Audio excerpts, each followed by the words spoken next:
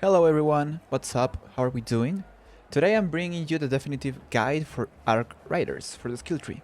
Thanks to the Reddit forum and many community users who have collaborated by providing data, numbers, and all kinds of information, so we can min-max and achieve maximum efficiency with this skill tree.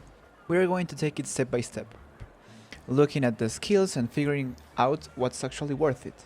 With the numbers and data in hand, I'll also leave you all the documents and all the information, because none of this is mine. I've gathered this from many people who have collaborated, many Reddit users who truly put a huge amount of effort into these documents and data.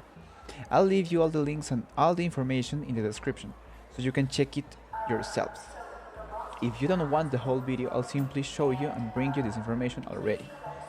Or at least we'll go through it together and then you can decide for yourselves what's best or not. But what I'm bringing here is already well verified information, as accurate as possible. We start with the conditioning tree, the green tree. We begin with use of weight, or use the weight, which is that skill that makes shields slow you down less. On screen, you'll see the information and I'll explain roughly how it works.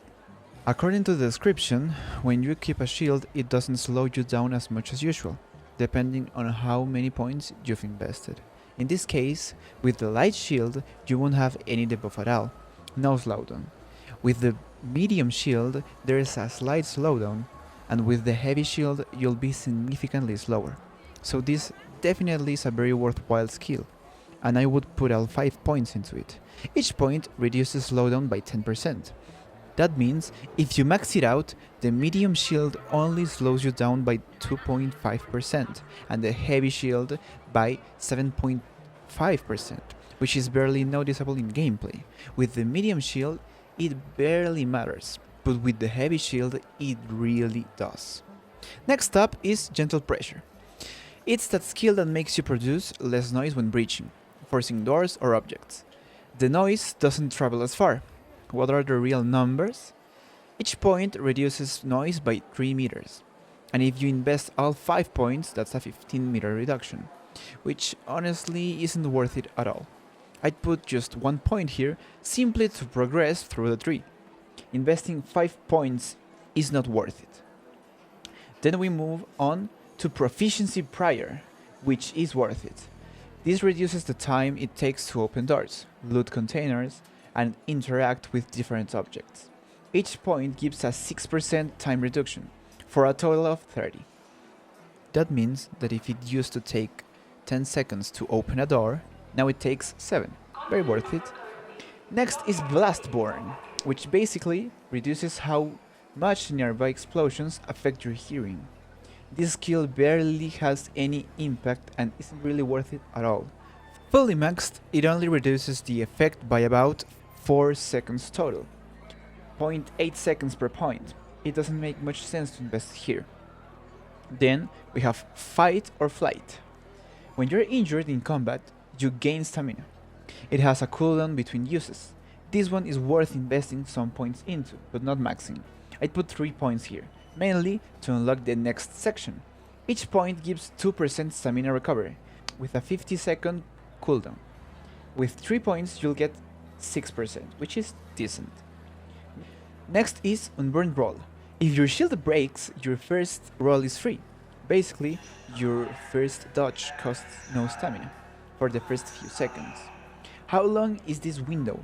Up to 3 seconds. During those first 3 seconds, rolling costs no stamina, and so this is absolutely mandatory. You should always have this. Next skill, Survivor Stamina.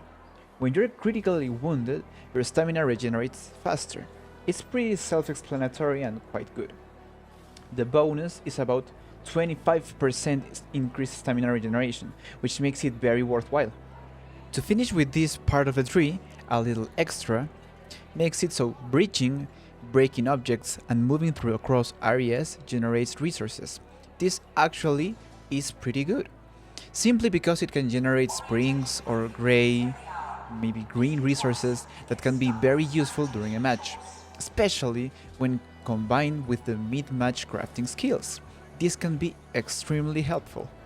The rest of the skills that take place in this part of the tree aren't really that much of a deal.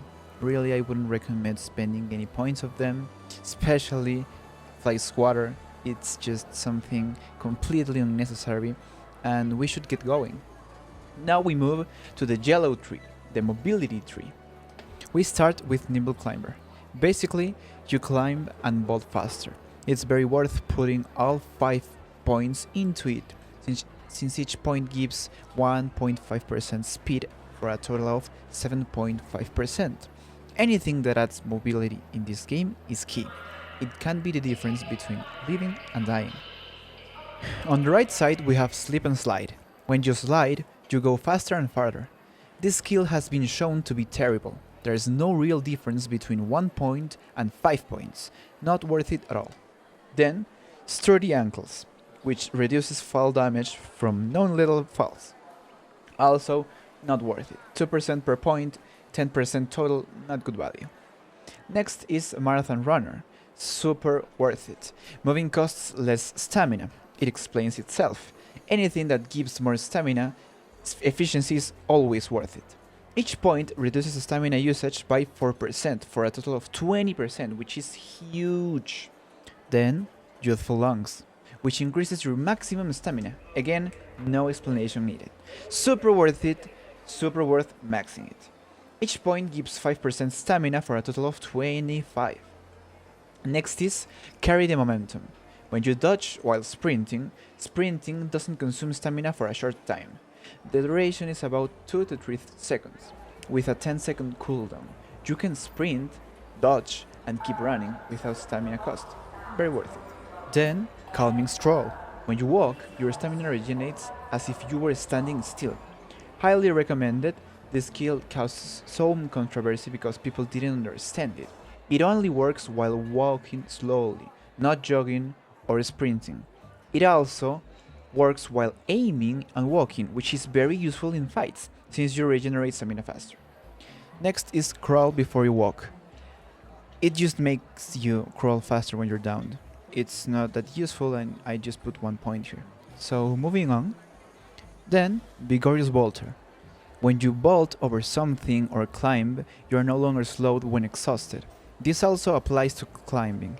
Even if the description says vaulting, again, anything that saves time and improves mobility can be the difference between life and death. Next is Effortless Roll, an absolute meta skill, top tier. Rolling costs less stamina. Each point reduces stamina usage by 6.5%, and with 5 points, that's 32.5%. Without this skill, with full stamina you can roll about 6 times. With it maxed, you can roll up to 10 times. Extremely good skill. First skill is Agile Croucher. This lets you move faster while crouched. It's very worth it since you'll spend a lot of time crouching. Each point gives 2% for a total of 10%. Mobility matters. Then is Revitalizing Squat. Your stamina regenerates while crouched. I don't see it as strictly as necessary, so I'd put 1 point just to progress. Each point gives 4% for a total of 20%. Next is the super top tier meta skill, in-round crafting. No explanation needed, you must invest here. Being able to craft mid-match is incredible. If you run out of bandages, you can craft them, and it can save your life. Literally makes the difference between extracting or dying. Next is Looter's Instinct. Loot reveals faster when searching containers. It's very good, each point gives 5%, so maxing it gives 25%. Looting faster means moving faster and surviving more. Following is Silent Scavenger, which reduces noise while looting. Not strictly necessary, I'd put 3 points to unlock the next section. Next is Suffer in Silence. When you're in a critical state, you make less noise while moving. 1 point just to progress. It's not amazing, but it can help avoid being tracked. Then, Good as New. While under a healing effect, your stamina regenerates faster. A top tier skill, about 10 to 15% regeneration while healing. It's very strong in fights. Next is Traveling Tinkerer. This increases your in-ground crafting options. It's very good, lets you craft fighter grenades, smoke, decoy grenades, trapdoor keys, and more. Again, a top tier skill. Then, one Rider Scraps. When you loot a Rider container, you have a chance to find extra crafting items.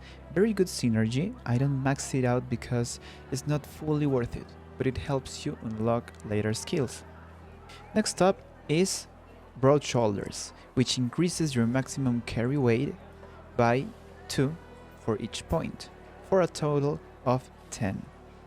Quite good. Then, Looter's Luck.